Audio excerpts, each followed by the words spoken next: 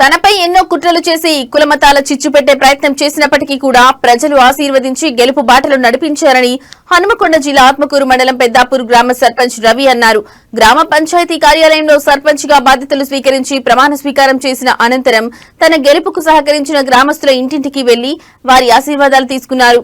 ఈ కార్యక్రమంలో కాంగ్రెస్ పార్టీ మండల నాయకులు జెడ్పీటీసీ రాజు తదితరులు పాల్గొని విజయోత్సవాలు చేసుకున్నారు. నా తోడు నీడగా ఉండి నన్ను ముందుకు నడిపించి ఒక దళిత బిడ్డను చూడకుండా కూడా మా జెడ్పీటీసీ గారు, మండల పార్టీ అధ్యక్షులు గారు హరీష్ రావు, మా జిల్లాపల్లి ఉప సర్పంచ్ కుమారు, మా వార్డు మెంబర్సు అందరి సహకారంతో మేము వాళ్ళు ఎన్నో కష్ట నష్టాలు పెట్టినా కూడా వీళ్ళు దళితులు వీళ్ళకి చేయొద్దు, వాళ్ళు బొట్టు పెట్టుకోరని కూడా మమ్మల్ని అవమానం చేసిండ్రు. అంటే మేము అన్ని దేవుళ్ళకి మొక్కుతాం, అందరి దగ్గరే పోతాం. ఎన్ని ఏళ్ళ చేసినా జనం నమ్మలే వాళ్ళు ఎన్ని కుట్రాలు పడినా జనం నమ్మలే. నన్ను నమ్మిన జనానికి 5 ఏళ్ళు వాళ్ళకి వెన్నంటుండి నా వంతు సహకారం చేస్తానని నేను మాటిస్తున్నా.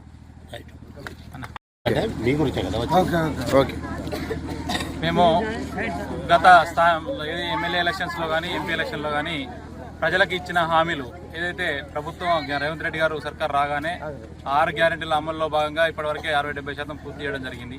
దానికి ప్రజలు మా పట్ల సంతోషం వ్యక్తం చేసి ఈ రిజల్ట్స్ ఇస్తూ ఉన్నారు. ఈరోజు సర్పంచుల విషయంలో కానీ మండలంలో 16 గ్రామ పంచాయతీలకు 11 గ్రామ పంచాయతీలు కాంగ్రెసే కైవసం చేసుకున్నదంటే దానికి ప్రజలు నీరాజనం బట్టి అర్థం చేసుకోవాలి. తప్పకుండా మిగతా గ్యారెంటీలు కూడా పూర్తి చేస్తాం. ఏదైతే మాట ఇచ్చినామో మాట ఇచ్చిన ప్రకారం పూర్తి 6 గ్యారెంటీలతో పాటుగా ప్రధాన సమస్యలన్నింటినీ తీర్చే మళ్ళీ ఎమ్మెల్యే ఎలక్షన్ల కోట అడుగుతామని సందర్భంగా తెలియజేస్తా ఉన్నాం. 2 సంవత్సరాలలో 10 సంవత్సరాలు చేయలేనటువంటి ఎక్కడ కూడా ఇల్లు ఇవ్వనటువంటి దాఖలాలు గత ప్రభుత్వంలో ఉన్నాయి. అదే రేవంత్ అన్న ప్రభుత్వం వచ్చిన తర్వాత రేవూరి ప్రకాష్ రెడ్డి గారి నాయకత్వంలో మా మండలంలో అధిక సంఖ్యలో మేము ఇల్లు ఇచ్చుకోవడం జరిగింది.